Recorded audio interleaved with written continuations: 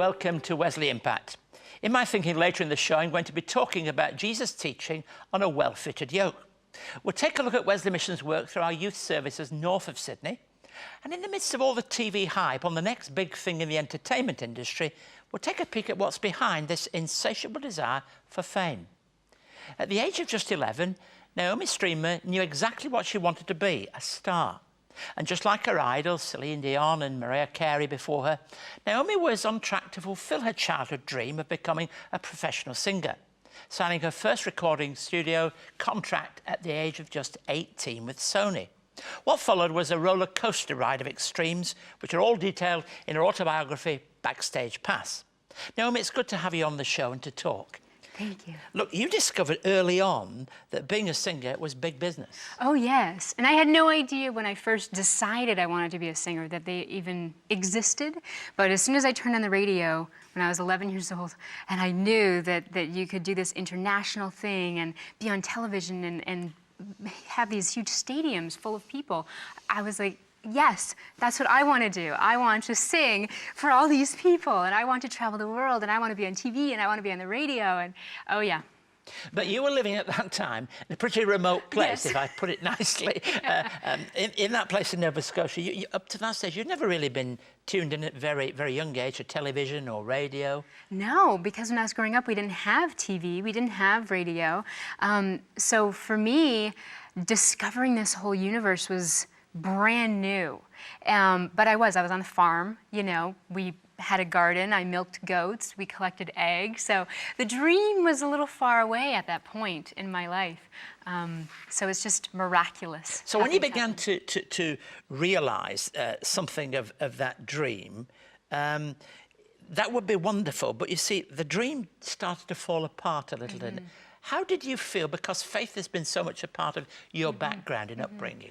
Well, I had gone from $1 million contract, everything I wanted, to just having it vanish in a second.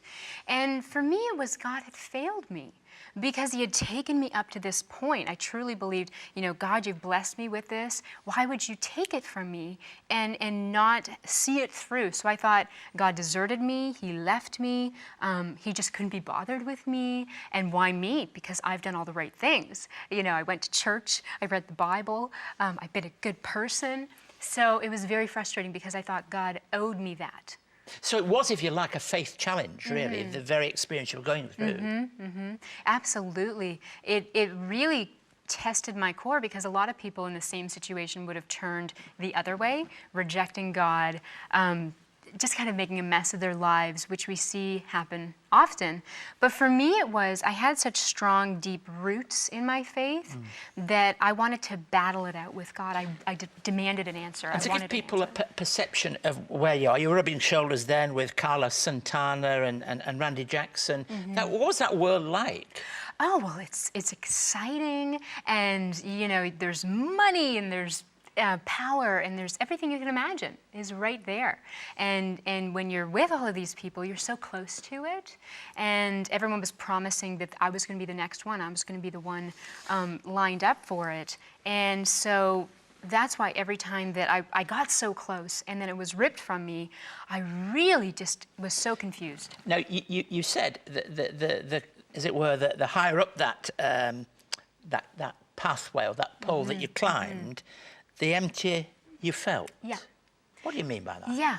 Well, I really do not believe that humans are created for exaltation. I believe we are created beings to exalt, you know, to exalt God. And so the higher you go, chasing your own power, your own accolades and all this sort of thing, it starts to take out of you the essence. God is leaving you as people praise you more. And you become very desperate to stay on top. You become very desperate to be the one that everybody's clamoring after. And it starts to just destroy you piece by piece. So you become very insecure, very self-doubting. And so that's when the demons start to come out, you know? Well, we're going to talk a little bit more in just a moment, but we recorded a song with you just a few moments ago, and it depicts something, I think, of your journey. And it's called What I Know, What I Know Now.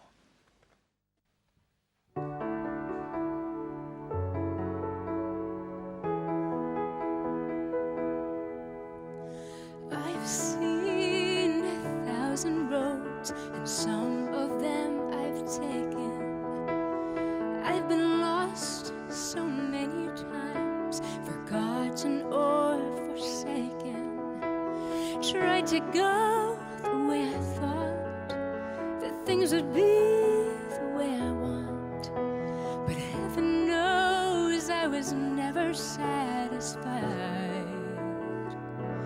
'Cause you knew then everything that I know now. Oh, you knew me well.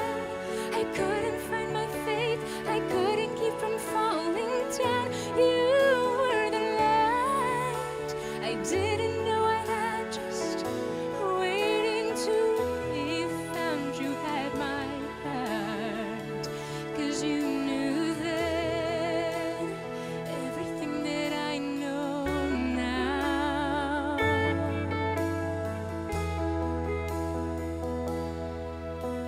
And every stone I stumbled on that led to my unwinding, you followed like a shadow and you blessed the path behind me. You gave me strength when I had none, to lift my head and shake the dust. Oh, heaven knows how I owe you my life. 'Cause you knew then everything that I know now. Oh, you knew me well. I couldn't find my faith, I couldn't keep from falling down.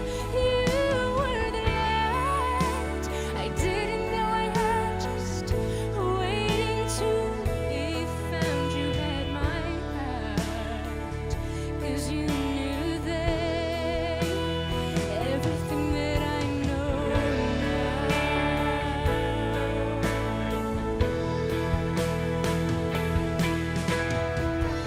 And I am thankful for every stay.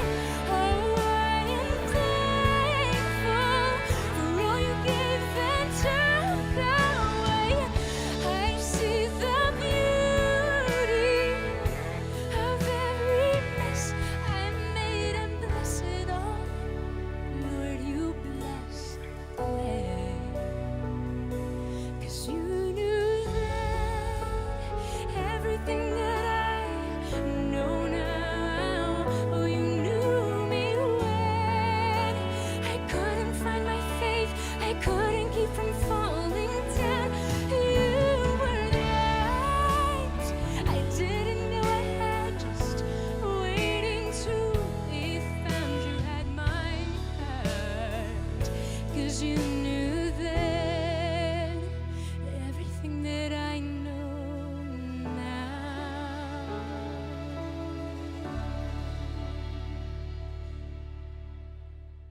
Be inspired by Keith Garner's new book, The Authentic Australian Evangelist, Alan Walker. Former Superintendent Alan Walker was once labelled the conscience of the nation, speaking out for the marginalised and the broken across social, political and international debate. Alan's life and work at Wesley Mission is also featured in an address by Keith Garner on DVD. For more information, call 1800 021 821 or visit our website wesleymission.org.au. And details about Naomi, her music and her book entitled Backstage Pass will be on our website all this week. Naomi, what I know now is a good story, but in fact, it's things you didn't know that really struck home. And you tell us a story, it's a driver, a chauffeur, that really says something to you that just blows your mind, it changes your world. He did. He approached me in a studio and came up to me with just no opening line, but I had a dream about you. And I thought, wow, what? Be careful of people like that. Hold on. And no, that dream was an angel had come to him in the night, given him a message that he was supposed to deliver to me. I'm so thankful he delivered that message to me and didn't shoo it away. And he told me the story of my life. And then he told me the prayers, my anguish, my cries to God. The chauffeur hadn't met you much before? No. I had met him the night before when he picked me up from the airport. I did not know this man. So for me, I was standing there frozen, almost terrified, what was going on, and I just was silent as he was repeating to me words that I had prayed to God. Why is this happening? Why are you doing this to me? Where are you right now? Is this going to keep happening? You know, these big, huge moments and these big, huge failures. So now, does that make you re-examine your life? What does it do? Well, yeah, he said, you need to follow Jesus, and that is it. Stop chasing after stardom. Stop chasing after all this stuff that is meaningless. And so after that, that was it. You know, that's what I had to do. Now, it's always a battle. People in public life, and we interview quite a few people on the show from time to time, this battle between fame and, if you like, public profile and living the life of faith. What would you say to somebody who said, well, you could have them both? Right. Well, I think God designed us to praise him. And for me, it was, unless I am literally praising him with what I'm doing, with the gifts he has given me, and I'm asking him what his plan for my life is, I can manipulate it however I want, but I'm doing it for me, you know. And that's really what, if I'm singing some love song on stage and I'm leading everybody with this love song, that's about me. That has nothing to do with God. And I think life is just simply too short to do anything but witness. We've got just such a short period of time. So did something go on inside you then that made you say, no, my career is going to change from this moment? Yeah, well, that was part of what that man told me, that chauffeur. He said, if you continue down this road chasing your dreams, you'll keep getting heartbroken and you'll keep ending up with the whys. Or if you choose to give it all up, follow God, all your dreams will come true. And I got to a point in my life where I thought, I can have the whole world, but I will be heartbroken. I've seen it in friends. I've seen it in people around me. You can have everything, but you've got nothing. And that was it. Now, putting this nicely, some people who don't share faith would call this a bit crazy, a bit on the daft end of life, you know. What would you say to them? And they did call me crazy. But, you know, my faith is so strong. My concerns really are not about this world. My concerns are living eternally with Jesus. And so when you put those two up against each other, the world can't give you much.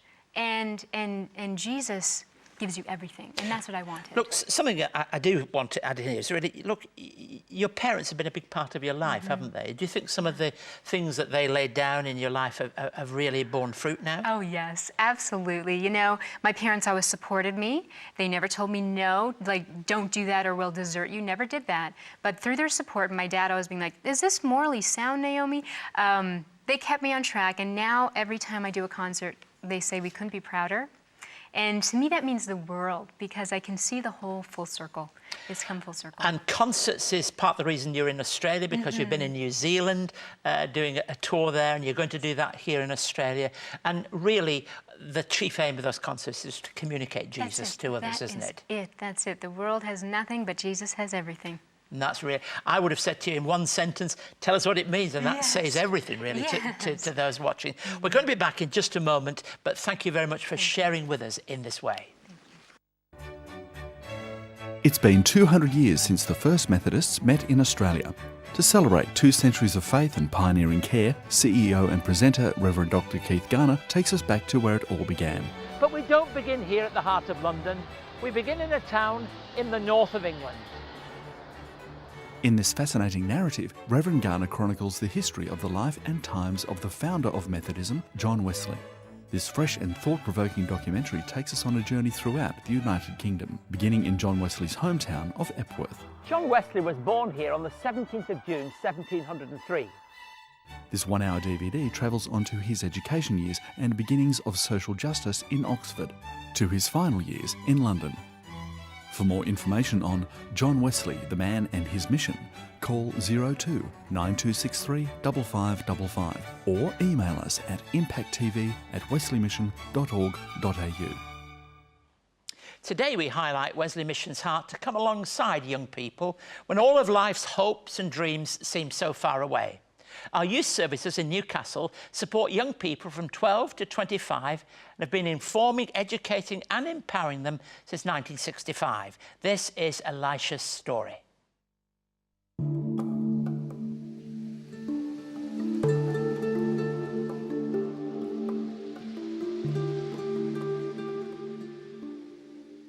My name's Elisha, and when I was 8, I slept in a bus shelter.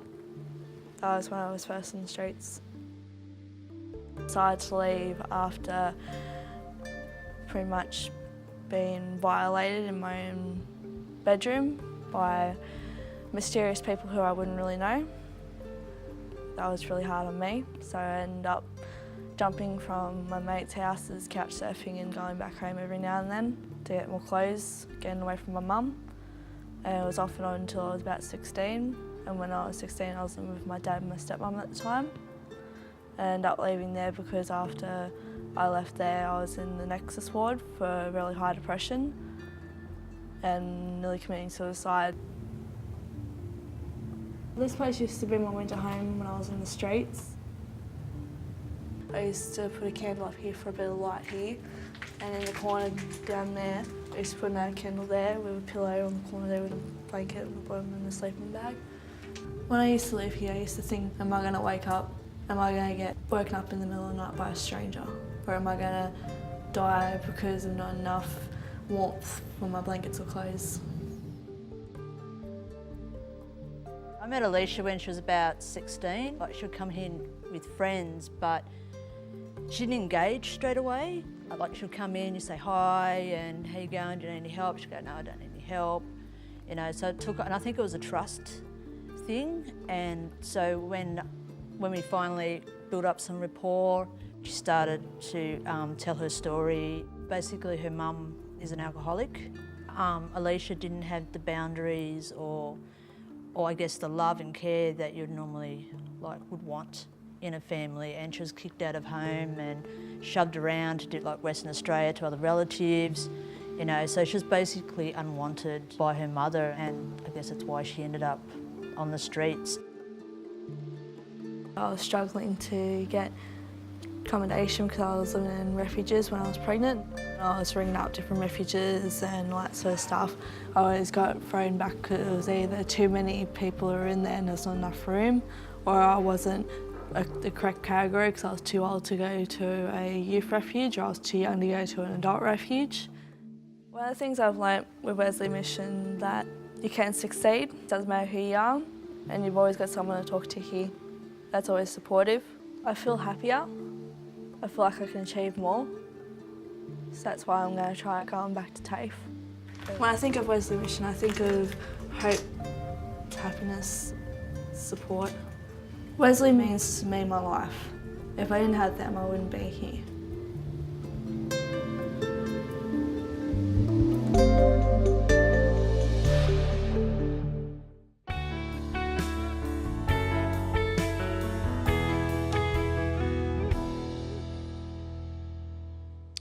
I'm continuing today my series in this mid-part of Matthew's Gospel. Let me read to you three of the most familiar verses in the Gospel, and certainly as we come to that last verse. We read quite clearly in Matthew 11:28 through to 30. Come to me, all you who are weary and burdened, and I will give you rest. Take my yoke upon you and learn from me. For I am gentle and humble in heart, and you will find rest for your souls. For my yoke is easy and my burden is light. Now, chapters 11 and 12 of Matthew establish the authority of Jesus. He invites the people who are burdened by excessive demands of those who were interpreting the law of the day to come to him. Jesus introduces and illustrates this theme with the image of a yoke. And the rabbis spoke of the yoke of the law, which for many people was a burden they could not carry. But Jesus offered another kind of yoke. Not one that is easy in the usual sense of that word, but a yoke that comes easy because it doesn't chafe, because we have love and grace to help us carry the burden. Even though it is as strong as it is for anybody else, it doesn't rub against us. When Jesus said, my yoke is easy, he was suggesting that it was better, it was good, it was gracious, and it was kind. Now, it shouldn't surprise us that Jesus uses imagery of this kind, because when we examine the New Testament and the tradition that is handed down to us, we know that Jesus' father, Joseph, was a carpenter. And so Jesus would have seen many yokes made for beasts. Now, I can't imagine what it was like, but I suspect that from time to time people would come in and ask for a yoke to be made, and it was something that was everyday, it was something that was normal. But Jesus takes this image and this picture, like he does so often in his parables and in his teaching, and uses it to communicate a profound and deep spiritual truth. He would know that a beast beset with an ill-fitting yoke couldn't effectively do its job. You can just imagine, can't you? A yoke that had been made for one beast fitted to another, but the wrong size, the wrong make, would make a real pressure. It would chafe, it would burn too much. And how it would be that if this law, which was being interpreted and given to the people in such a way that it was hurting because it was so demanding and offered no way of grace, no hope, no sense of liberation, you can see in just the same way that yoke is not going to be something that is good. Jesus offers a different kind of yoke. And that's what I think Jesus is really saying here. And it's particularly important that people who are both the people interpreting the law for the people communicating the law to the people hear this, and most of all, those who hear it, because they can become so accepting that this is the only way you understand the law, as something that is tough and hard and doesn't give you freedom. We heard, as we heard a little earlier, in the story of one whose life was liberated once she realized, in a sense, that Jesus should be at the very center. And in Alicia's story, we saw there too the remarkable change that comes when acceptance and hope is passed on to us. Jesus does not free us from all service, but offers us a yoke that fits us so well that the task seems easy. So the demands that Jesus makes upon our lives are demands that are realistic to what can be achieved through God's grace. And it seems to me that that is so important, to recognize that the task might seem easy. What Jesus gives to us is something that is meaningful because it's there in all our lives. And we need to recognize that what Jesus offers to us is not something to hem us in. That even if we give up our career in the public sense, even if we give up fame, we gain something far, far more meaningful and helpful in our lives. Even if he liberates us from all that other people might see as success, it gives us something very, very powerful. Now, I always try to offer something to people who might be thinking or considering in their own lives what it means to take up the way of Jesus' discipleship. You can be certain of this, that if Jesus offers you a way, if he offers you the yoke that's described here, it will be a perfect equipment for your life. It will enable you to do whatever is necessary in your life to fulfill the calling that God has for you. So take his yoke upon you, because that's the yoke made for you. If you would like to know more about today's topic, or for more on Keith's message, contact Keith by writing to Wesley Mission, Post Office Box A5555, Sydney South 1235, or email impacttv@wesleymission.org.au. So thanks for joining us. I'm going to leave you with Steve McPherson singing Cornerstone. Until next week, goodbye and God bless you.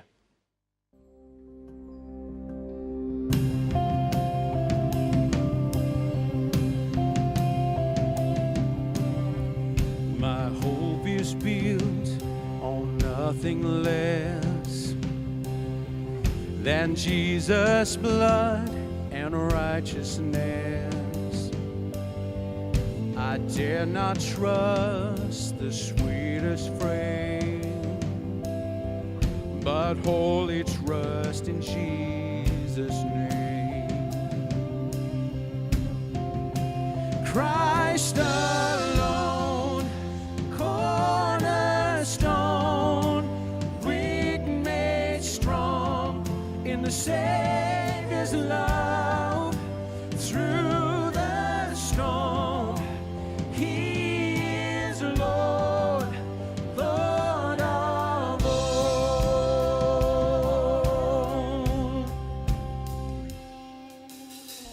When darkness seems to hide his face, I rest on his unchanging grace. In every high and